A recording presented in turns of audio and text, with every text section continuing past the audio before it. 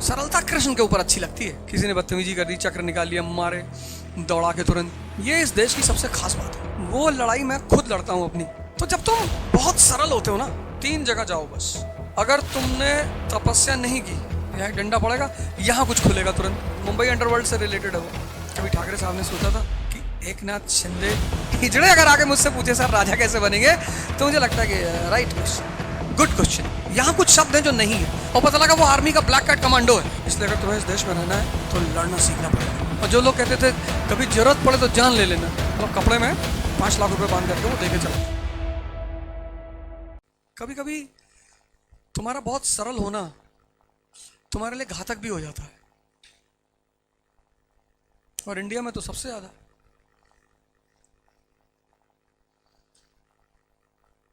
सरलता कृष्ण के ऊपर अच्छी लगती है। बांसुरी बजा रहे, किसी ने बदतमीजी कर दी, चक्र निकाल लिया, मारे दौड़ा के तुरंत। इसी को मैं बार बार इस बात को कहता हूं कि यार तुमको पावर डेवलप करने में क्या जाता है, एक्सरसाइज करने में, योग करने में, इस सब चीज में जाता ही क्या है तुम्हारा।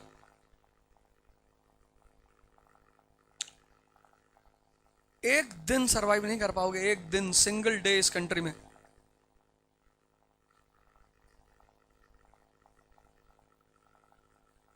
एक सिंगल डे सरवाइव नहीं कर पाओगे। इतना ऐसी साइकोलॉजी है इस कंट्री की। मतलब मैं देखता हूं मेरे पास लोग आते हैं, साहब हमारा बच्चा तैयारी कर रहा 3 साल से, कुछ हो ही नहीं रहा इसका।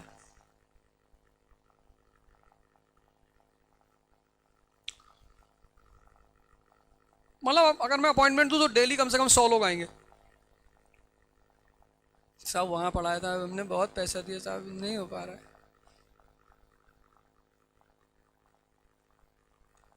फिर मैं उससे 2-4 सवाल करता हूँ, छोटे छोटे। लैटिट्यूड क्या है? लैटिट्यूड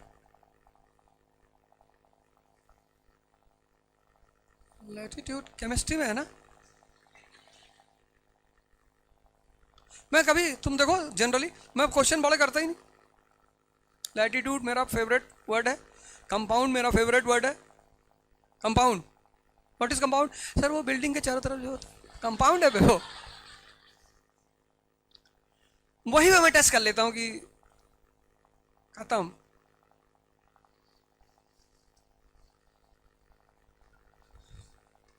इस देश में तुम्हारे साथ सिंपैथी सब लोग रखेंगे कि गलत हो रहा है आपके साथ, पर आपके लिए लड़ेगा कोई नहीं। ये इस देश की सबसे खास बात है। जैसे मैं ट्रोल करते हैं लोग, तो मेरे साथ सिंपैथी बहुत लोग रखते हैं कि गलत है, नहीं होना चाहिए, क्या करेंगे, सब कुत्ते भरे पड़े हैं।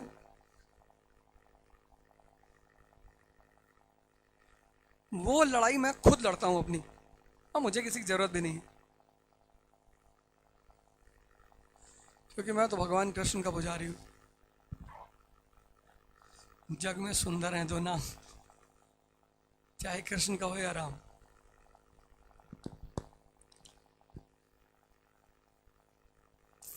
तो जब तुम बहुत सरल होते हो ना, तो चांसेस होते हैं कि सामने वाला उसका एडवांटेज लेता है। 1 साल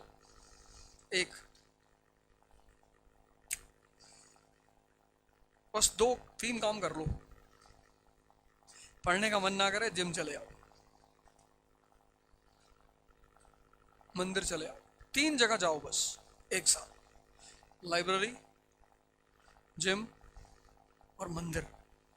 मतलब तुम लिख लो अपने डायरी में कि तीसरा चौथा कोई काम करना ही नहीं, 1 साल। देखो भैया, अगर तुमने तपस्या नहीं की तो जिंदगी ऐसा करेगी तुम्हारे साथ कि पूरी जिंदगी ही तपस्या बन जाएगी। मैं ऐसे ऐसे जगह गया चुनाव प्रचार में, जिनको देखने के बाद मैं इतना शॉक्ड हो गया अंदर से। मैं सोचो, एक आदमी ऐसे बैठे खाना खा रहा है और सामने से पूरी गंदगी बह रही है और खाना खा रहा है। झुग्गीस जिनको हम बोलते हैं, इतना बड़ा कमरा, इतना बड़ा, इतना, यहां से ले लो ऐसे, इतना बड़ा कमरा, इतना, 12-13 लोग रह रहे हैं उसमें।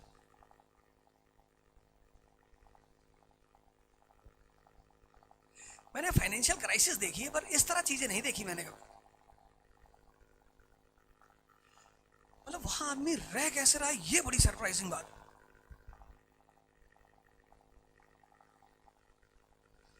तो कर लो एक साथ, और ना करने का मन करे तो हमको बता दिया करो, 10-20 डंडा मार देंगे, सही है, हमसे मिल लिया। हाँ बस का एक ही दवा है, आ जाएगा मेरे पास। ये हो नहीं रहा है, निकाले मारे 25-30 डंडा खींच खींच के, फिर 25-30 दिन पढ़ोगे जब तक दर्द रहेगा, फिर भूल जाओगे, फिर चले आना, ऐसे कर करके पूरा साल।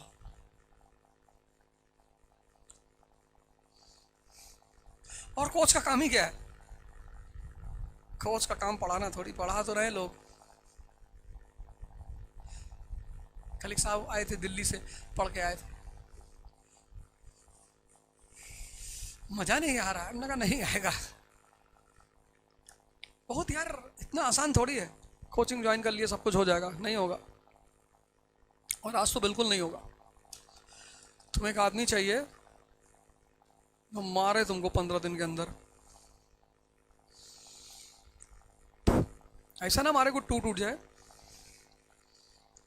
ये है ना, ये वही पुरानी स्टाइल में, यहाँ राम नाम नहीं करेंगे, बोला नहीं नहीं करना तो आई है, इस वाली मार दो। यहाँ ये एक्यूप्रेशर पॉइंट्स, यहाँ डंडा पड़ेगा, यहाँ कुछ खुलेगा तुरंत, आ गया समझ में, वाले आए ना, वो वाली मार चाहिए। तो हमको बता दिया करो कि नहीं हो रही पढ़ाई। और कोई तो एक आदमी तुम्हें ऐसा रखना पड़ेगा, वो तुम घर में रख लो या बाहर रख लो, जैसा भी है, पर रखना पड़ेगा।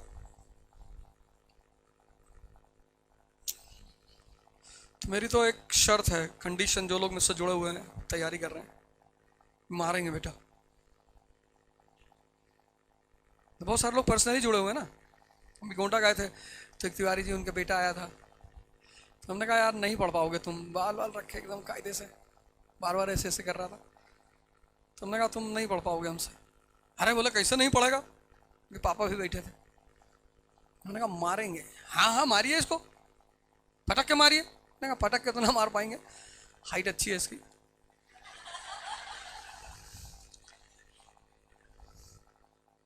है 6.5 फीट का लड़का, बढ़िया 150-200 kg का, पटक पाएंगे तो, और वैसे मारेंगे तो उसका बड़ा इम्पैक्ट होता है, बड़ा प्रेशर काम करता है, वो बहुत अच्छा काम करता है। वो सीरीज आई है आजकल, मैं उसकी क्लिपिंग्स देख रहा था, मुर्शिद, मुर्शिद नाम है, वही नाम है क्या, नाम मुझे नहीं पता, फरीद और मुर्शिद, मुंबई अंडरवर्ल्ड से रिलेटेड है वो, मुर्शिद है। उसमें एक सीन बड़ी जबरदस्त है, मतलब मुंबई पुलिस फरीद को बोलती है कि हम आज मुर्शिद को मारने जा रहे हैं। Farid is the existing don of Mumbai, और मुंबई पुलिस उसको क्राइम ब्रांच बोलती है कि तुम आ जाओ और हम आज मुर्शिद को उड़ा देंगे। तो कहता है वो, फरीद कहता है कि मैं मारेगा मुर्शिद को। कहता हाँ यार तेरे ही याद से मरवाएंगे, पर गन लेके मत आना। और जब वो पहुंचता है वहां, तो सामने से मुर्शिद आता है, तो जो क्राइम ब्रांच के ऑफिसर्स होते हैं पिस्टल निकालते हैं और ऐसे धीरे धीरे धीरे धीरे पिस्टल लेकर फरीद की तरफ बढ़ते हैं। इतना ट्विस्टिंग सीन है वो कि फरीद को पिस्टल देने की बजाय वो मुर्शिद को देते हैं। मुर्शिद शूट कर देता है फरीद को in front of crime branch of Mumbai.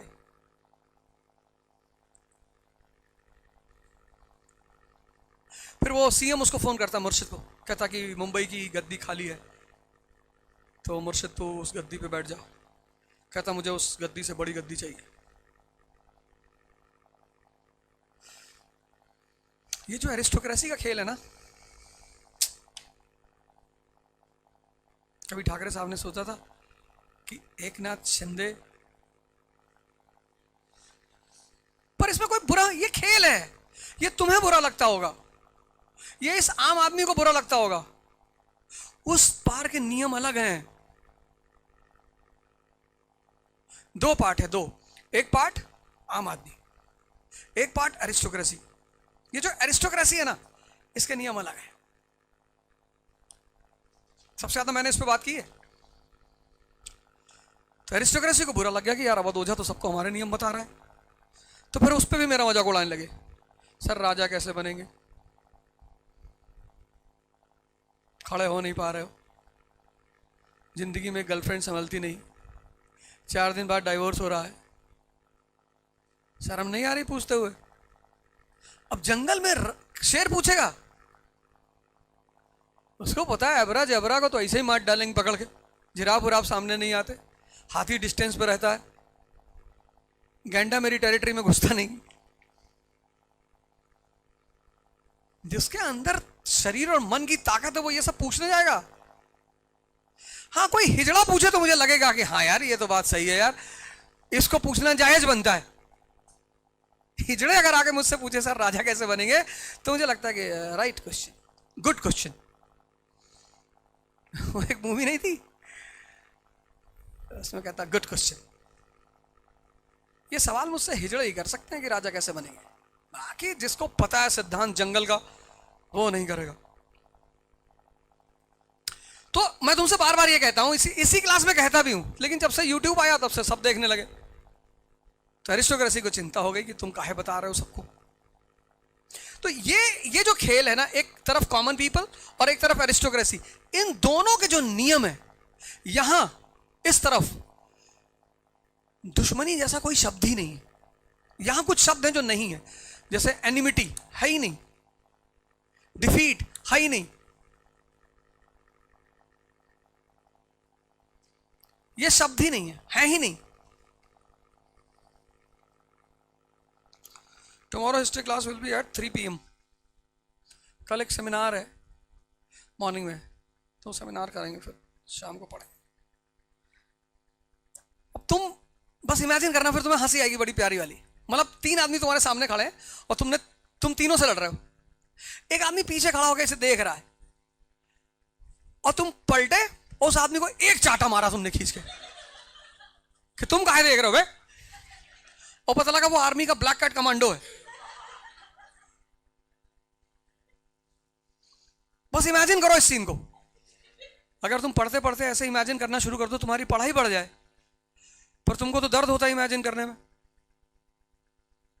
ध्यान क्या है, इमेजिनेशन ऑफ कॉन्सेप्ट्स। पर तुमको तो इमेजिन करना है कि यार टॉप मॉडल मर्सिडीज चलाएं, बड़ा मजा आएगा। फालतू की इमेजिनेशन, जो करना है वो तुम कर ही नहीं पा रहे हो। फिर कह रहे हो पढ़ाई नहीं हो रही, बहुत डिप्रेशन से फील हो रहा है, गंदे गंदे थॉट्स आ रहे हैं मन में, क्योंकि तुम इमेजिनेशन गलत कर रहे हो। ऐसे इमेजिनेशन करो, हंसी आ जाएगी, रिलैक्स हो जाओगे।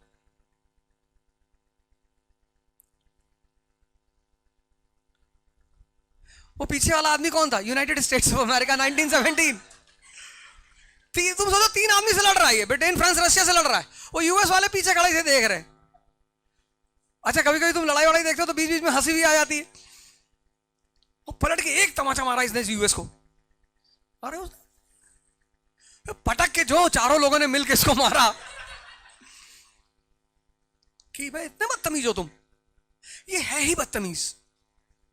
ऐसे लोगों को मैं बोलता हूं B² बॉर्न बदतमीज। ये एक बीमारी से सफर करते हैं, उस बीमारी का नाम है दुर्योधन सिंड्रोम।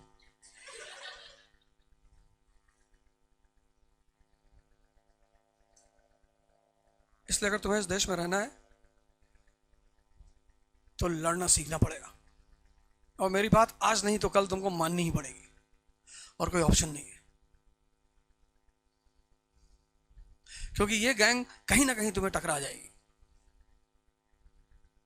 फिर क्या करोगे? और हर जगह तो कृष्ण आएंगे नहीं। तो द्रौपदी का सौभाग्य था कि आ गए।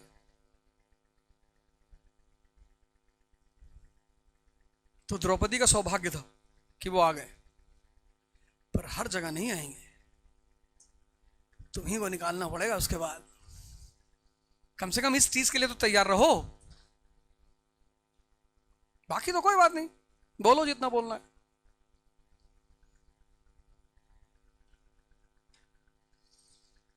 पर बदतमीजी करोगे तो हम तो किसी कानून से बंधे हैं नहीं। कोई आज तक मुझसे बहस नहीं करने आया, कोई कि आए क्लास में बैठे इतना पढ़ाता हूं, कोई नहीं आया।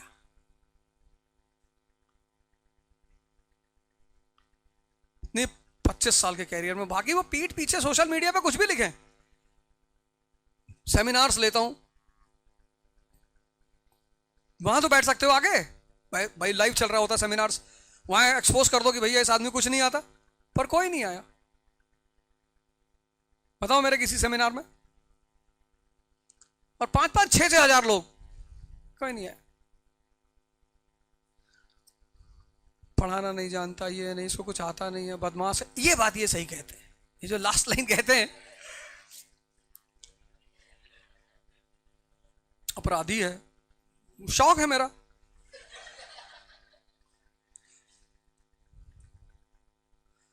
मुझे बनना ही नहीं ईमानदार, अच्छा, ये सब बनना ही नहीं, सब मेरी डिक्शनरी में सब वर्ड ही नहीं है। इसको कहते मैं बहुत अच्छा आदमी, भागो यहाँ से, हटो, भागो इसको, बाहर निकालो। तुम्हारे साथ जब भी बड़ी बदतमीजियां होंगी वही लोग करेंगे जो बहुत अच्छे बनते हैं। मेरे इलेक्शंस में ऐसे ऐसे लड़के आए काम करने के लिए, बहुत काम किया लोगों ने। कुछ लोगों का तो मैं ऐसा इंडेप्टेड हो गया हूं, दिन रात। ये हमारे फैजल भाई, डे एंड नाइट, कोई कहीं सो रहा है, कोई बोरी के किनारे सो रहा है। थक जाते थे लोग काम करते करते। और जो लोग कहते थे कभी जरूरत पड़े तो जान ले लेना, उन्होंने फोन ही नहीं उठाया कि कहीं पैसा ना मांग ले। मांगते तो है ही। कुछ समय होता है ना जब आप टेस्ट करते हो कौन आपके साथ रियलिटी में खड़ा हुआ है। बहुत सारे लोग आए, कोई 500 रुपये दे गया, कोई 50,000 दे गया, कोई 5 लाख दे गया। एक आदमी पैसा दे गया, पता नहीं कौन, वो बड़ा अजीब सी घटना थी।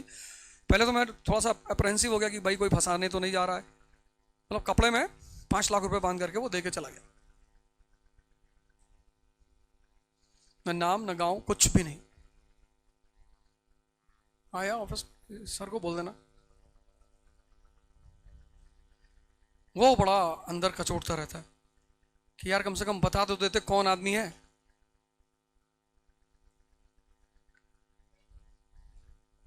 पर बहुत लोगों ने मदद की, बहुत, मतलब बियॉन्ड माई इमेजिनेशन। ऐसे लोग आते थे, लड़के आते थे।